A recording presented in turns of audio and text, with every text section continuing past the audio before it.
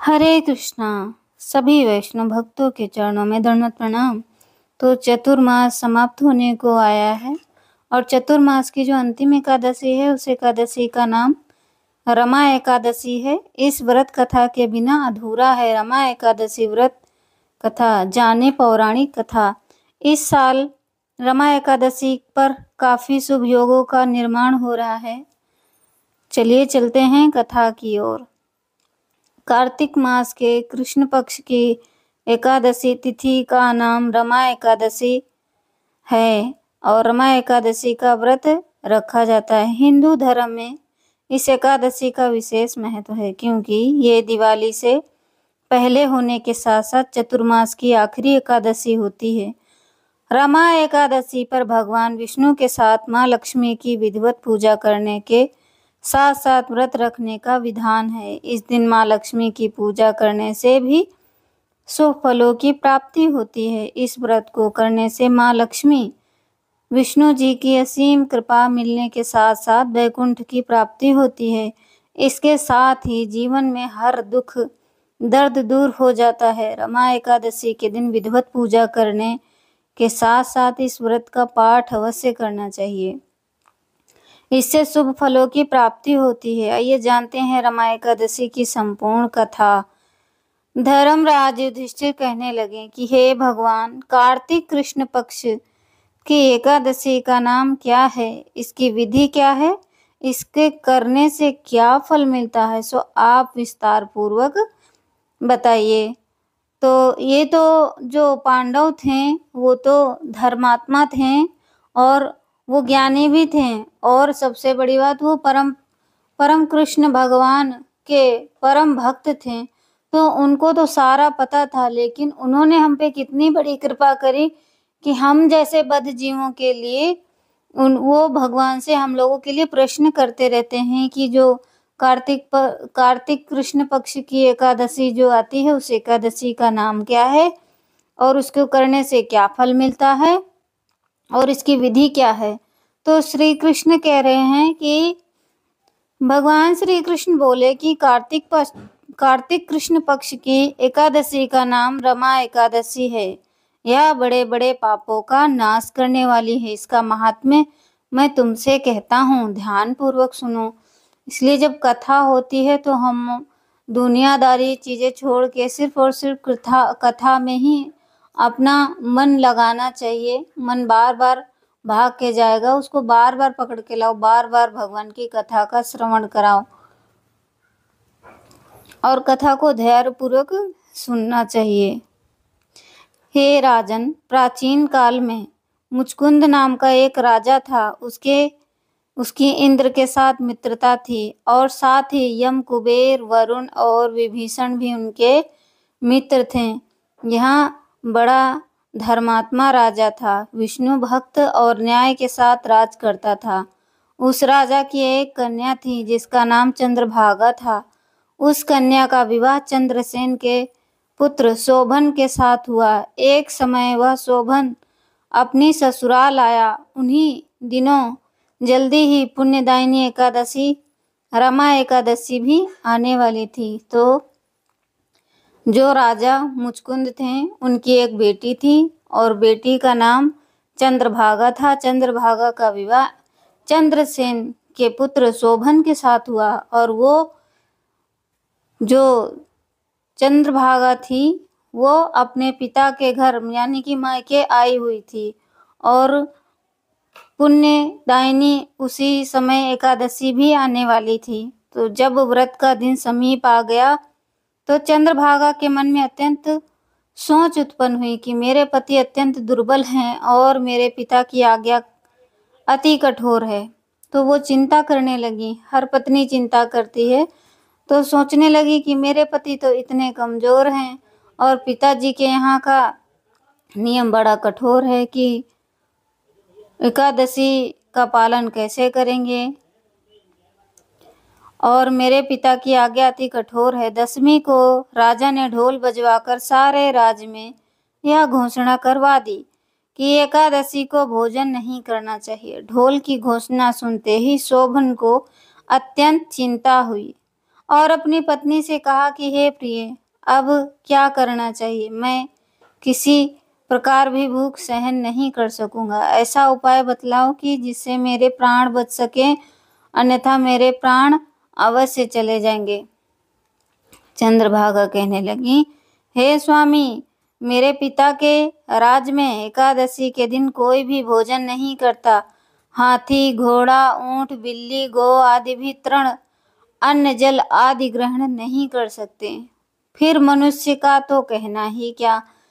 तो जो राजा थे, मुचकुंद राजा थे, उनके राज्य में एक दिन पहले ही दशमी को ढोल बजवा दिया जाता था कि कल एकादशी है, कोई भी अन्न नहीं खाएगा। और सख्त कानून बनाया गया था वहां पर घोड़ा, ऊंट, बिल्ली, गौ आदि कोई भी अन्न ग्रहण नहीं कर सकते थे, जल भी नहीं।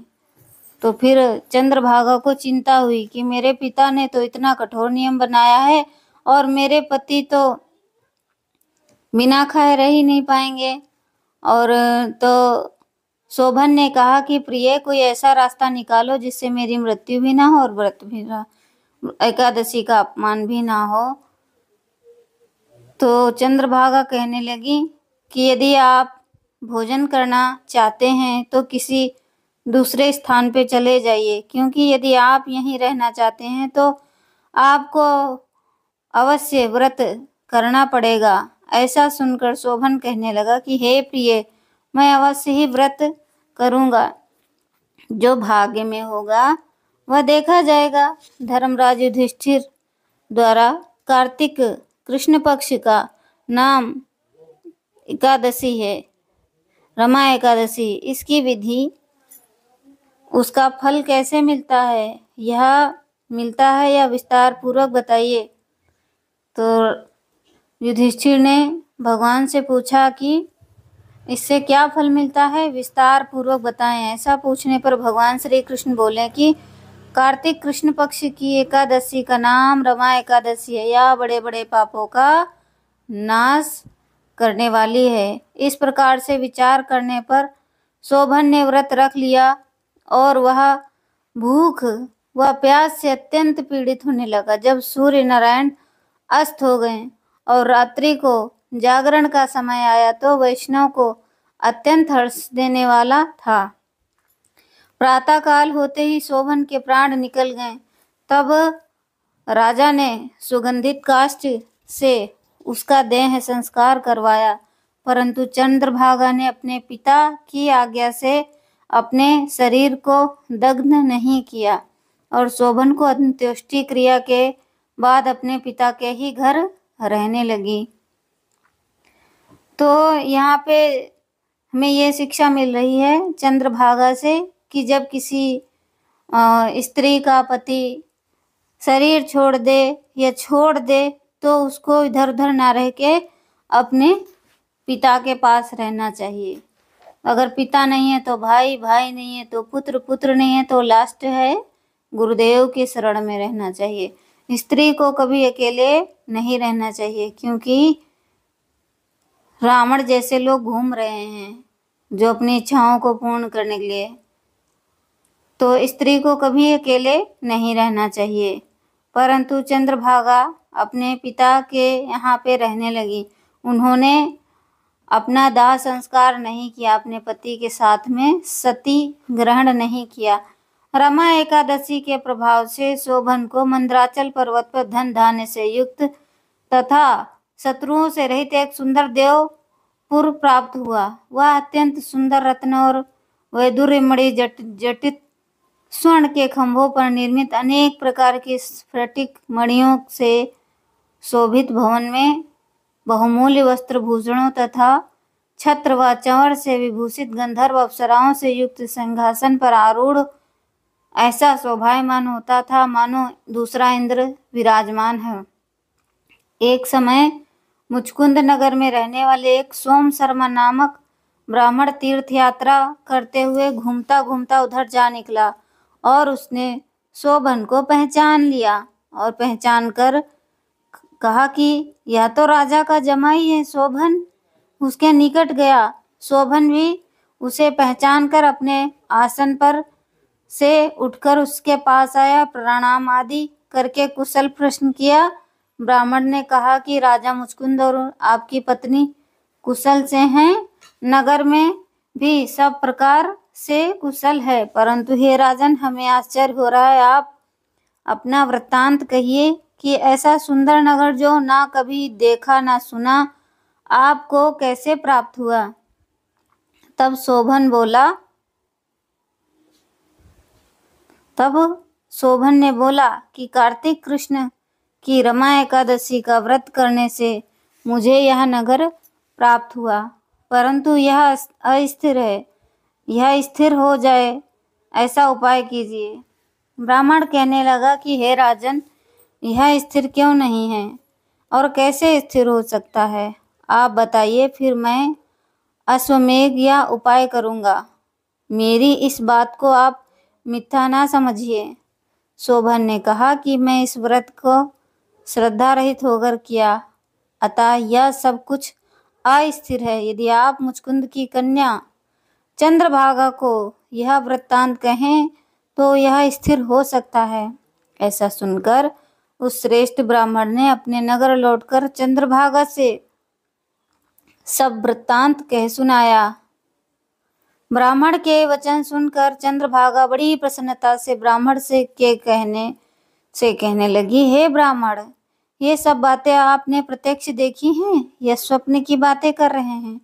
ब्राह्मण कहने लगा कि हे पुत्री, मैं महावन में तुम्हारे पति को प्रत्यक्ष देखा है, साथ ही किसी से विजय ना हो ऐसा देवताओं के नगर के समान उसका नगर भी देखा।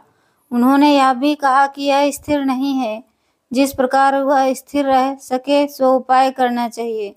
चंद्रभागा कहने लगी, हे विप्र, तुम मुझे वहां ले चलो। मुझे पतिदेव के दर्शन की तीव्र लालसा है। जैसे ही चंद्रभागा ने सुना तो वो उस ब्राह्मण से कहने लगी कि हे विप्रदेव, आप मुझे शीघ्र अतिशीघ्र मेरे पति के पास ले चलें। मुझे अपने पति के दर्शन की बड़ी तीव्र लालसा हो रही है।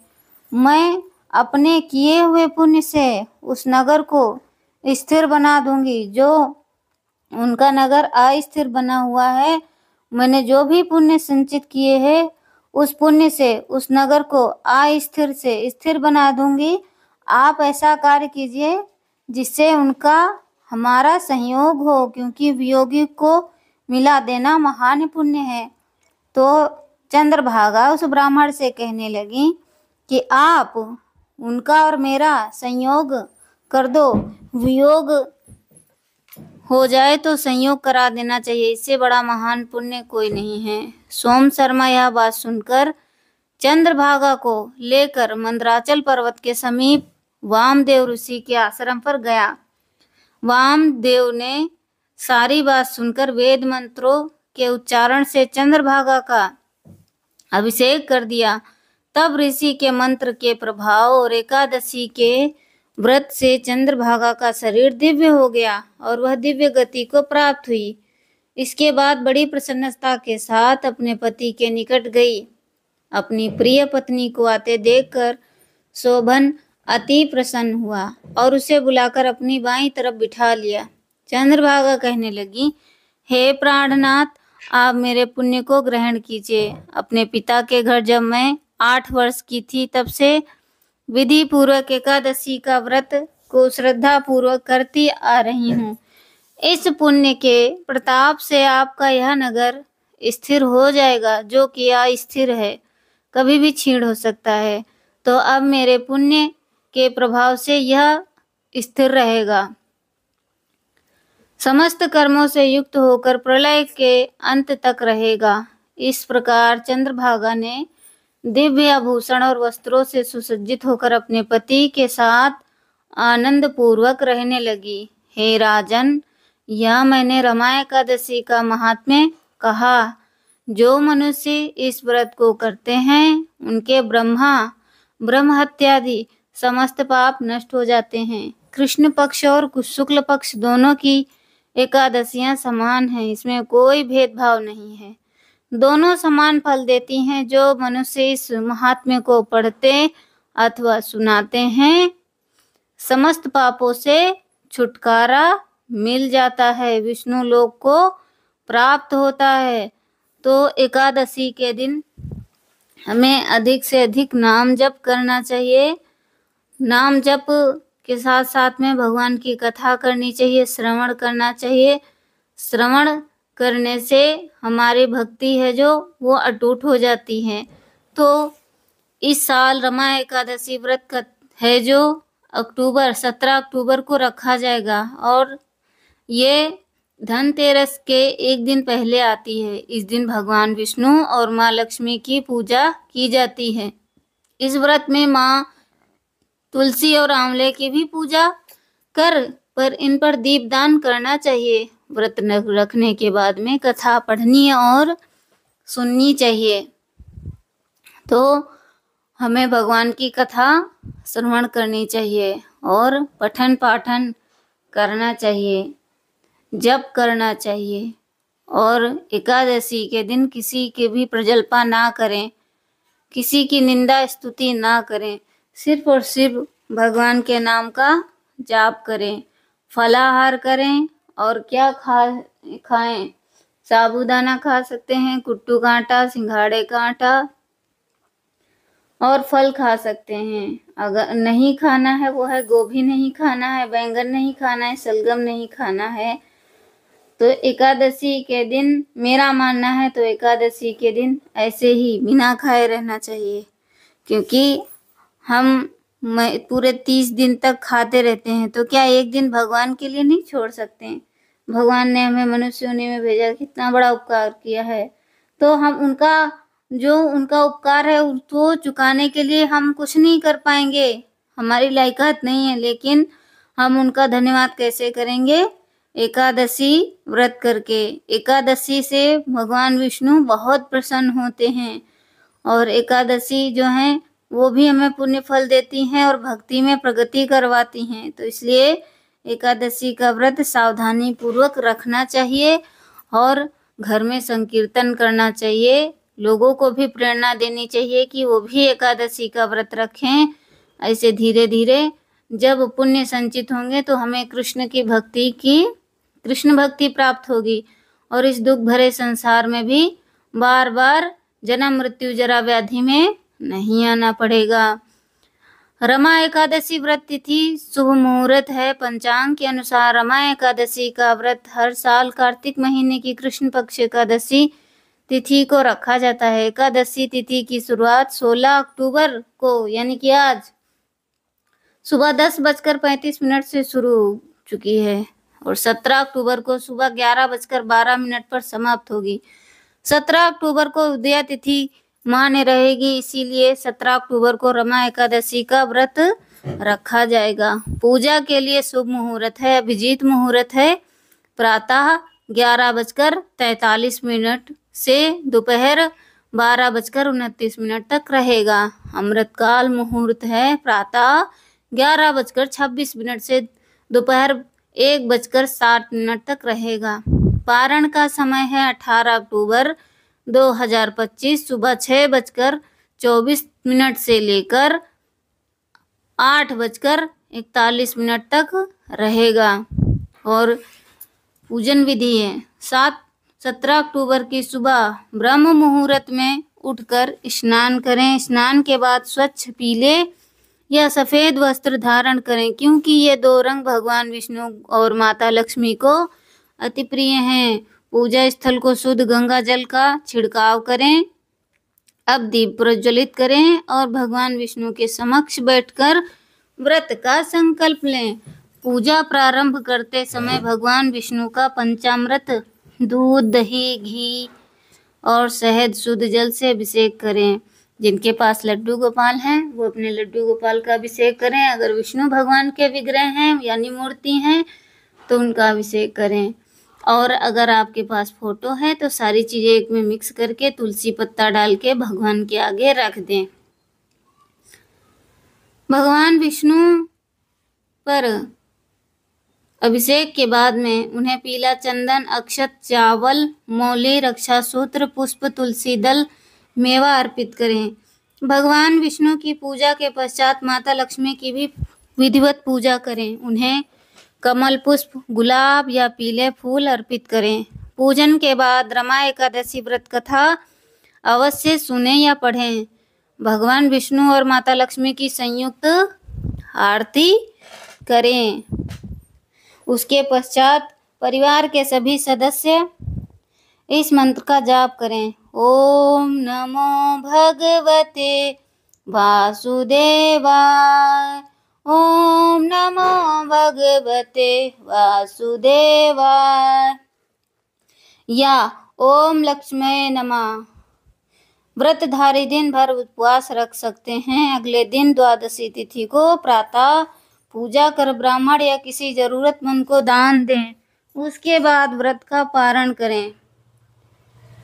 रमा एकादशी पूजा मंत्र। ओम नमो नारायण। ओम नमो नारायण। ओम श्री विष्णवे च विद्महे वासुदेवाय धीमहि तन्नो विष्णु प्रचोदयात्। दंताभये चक्रधरो दाधानं कराग्र स्वर्णघटं नेत्रं धृताब्जया लिंगितं पुत्रया लक्ष्मी गणेशं कनकाभमीडे। रमा एकादशी उपाय। रमा एकादशी के दिन काली चींटियों को आटा या चीनी खिलाने की परंपरा अत्यंत शुभ मानी जाती है।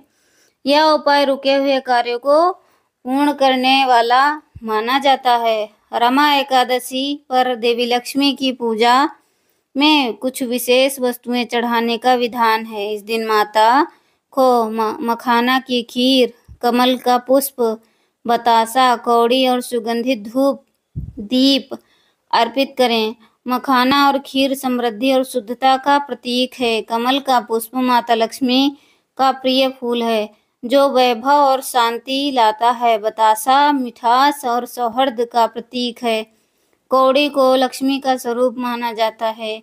इसे अर्पित करने से आर्थिक स्थिरता बनी रहती है। तो ये सारे उपाय कीजिए, भगवान विष्णु को प्रसन्न कीजिए, माता लक्ष्मी को प्रसन्न कीजिए, भक्ति करें, स्वस्थ रहें और हरे कृष्णा। धन्यवाद।